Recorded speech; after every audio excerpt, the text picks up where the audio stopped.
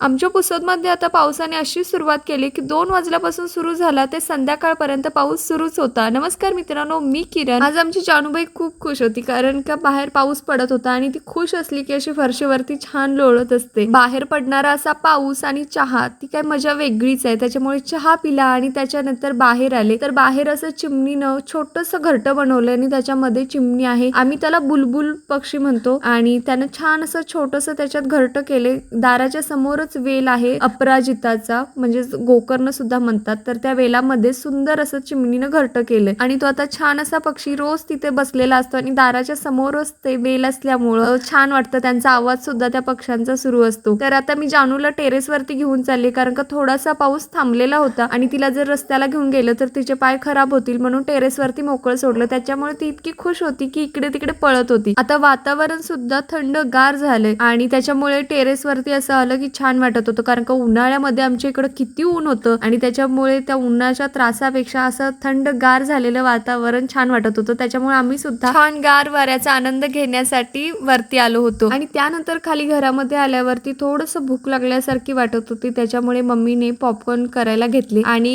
हे आम्ही मार्केटमधून पॉपकॉर्न आणले होते. असे मक्याचे दाणे भेटतात आणि आपण ह्याच्यामध्ये घरी तेल, मीठ, हळद असं घालून कुकरला लावून द्यायचं आणि त्याच्यानंतर पॉपकॉर्न तयार होतात. रेडीमेड सुद्धा पॉपकॉर्न भेटतात पण ते खूप महाग पडतात आणि याचे खूप सारे पॉपकॉर्न होतात. 15 रुपयामध्ये आपल्याला इतके सारे पॉपकॉर्न भेटतात आणि छान पॉपकॉर्न तयार झाले होते. आणि त्याच्यानंतर आम्ही सुद्धा बाहेर पडणारा पाऊस आणि असे गरमागरम पॉपकॉर्न खाल्ले. तर तुम्हाला हा छोटासा व्हिडिओ कसा वाटला हे मला कमेंट मध्ये नक्की सांगा आणि चॅनलला लाईक, शेअर, सबस्क्राईब करायला विसरू नका. धन्यवाद.